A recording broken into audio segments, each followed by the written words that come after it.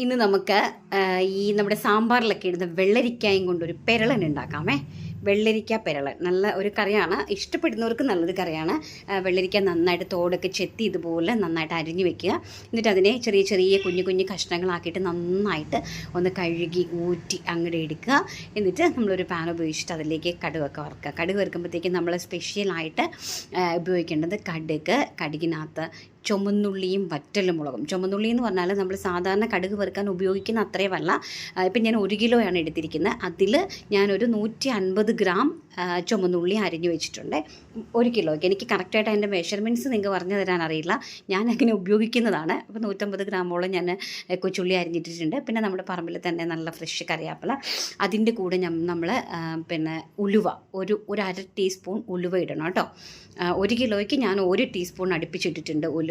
എന്നിട്ട് അതെല്ലാം കൂടി നന്നായിട്ട് പെരട്ടി ചുമന്ന് വരുമ്പോൾ, അതായത് കടുക് വറുക്കുമ്പം വറ്റൽമുളക്, കറിവേപ്പില, ചുമന്നുള്ളി, അതുപോലെ തന്നെ ഉലുവ, അതെല്ലാം റെഡി ആയിട്ട് വരുമ്പോൾ നമ്മൾ അരിഞ്ഞു വെച്ചിരിക്കുന്ന വെള്ളരിക്കായും പച്ചമുളകും കൂടി നന്നായിട്ട് മിക്സ് ചെയ്തെടുക്കുക. ആ ഓയിലിനകത്ത് നന്നായിട്ട്, നമ്മൾ സൺഫ്ലവർ ഓയിലാണ് ഉപയോഗിക്കുന്നത്, വെളിച്ചെണ്ണ നമുക്ക് മുതലാവില്ല. അപ്പോൾ വെളിച്ചെണ്ണയിലാണെങ്കിൽ കുറച്ചുകൂടി ടേസ്റ്റ് ആയിരിക്കും കേട്ടോ. നന്നായിട്ട് പുരട്ടിയെടുക്കുക. എന്നിട്ട് അതിലേക്ക് കാശ്മീരി മുളക് പൊടി, മല്ലിപ്പൊടി, മഞ്ഞൾപ്പൊടി, ഇത്രയാണ് നമ്മൾ ഉപയോഗിക്കേണ്ടത്. അത് ഞാനൊരു 2.5 സ്പൂൺ വീതം ഇട്ടിട്ടുണ്ട്. അത് 1 കിലോയ്ക്കാണ് ഞാനൊരു 3 സ്പൂൺ കാശ്മീരി ഇട്ടിട്ടുണ്ട്, 1.5 സ്പൂൺ നമ്മുടെ മല്ലിപ്പൊടി ഇട്ടിട്ടുണ്ട്, ഒരു 1/2 സ്പൂൺ നമ്മുടെ മഞ്ഞൾപ്പൊടി ഇട്ടിട്ടുണ്ട്. അപ്പോൾ ഇതെല്ലാം കൂടി നന്നായിട്ടൊന്ന് മിക്സ് ചെയ്ത് നന്നായിട്ട് എടുക്കുക. എന്നിട്ട് അത് വേകാൻ, ഓൾറെഡി വെള്ളരിക്കകത്ത് വെള്ളമുണ്ട്, അത് പിന്നെ അതിൻ്റെ കൂടെ വേകാൻ ആവശ്യമുള്ള ഇച്ചിരി വെള്ളം കൂടി ചേർക്കണം കേട്ടോ. എന്നിട്ട് അതിലേക്ക് നമ്മൾ കായപ്പൊടി ഇട്ട് കൊടുക്കണം. കായപ്പൊടിയും ഈ പറഞ്ഞ പോലെ 1 ടീസ്പൂൺ കണക്കാക്കി ഇട്ടാൽ മതി. 1 കിലോയ്ക്ക് ഞാൻ 1 ടീസ്പൂണാണ് കായപ്പൊടി ഇട്ടിരിക്കുന്നത്.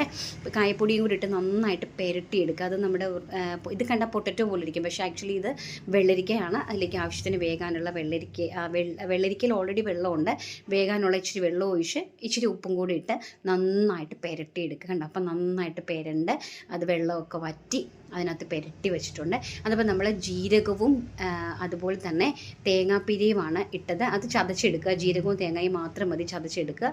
അതിലേക്ക് ലാസ്റ്റ് ഇറക്കുന്ന സമയത്ത് 1 കപ്പ് തൈര് ഒഴിച്ച് നന്നായിട്ട് പെരട്ടിയെടുക്കുക. 1 കപ്പ് തൈര് ഒഴിച്ചിട്ട് നന്നായിട്ട് പെരട്ടിയെടുക്കുക.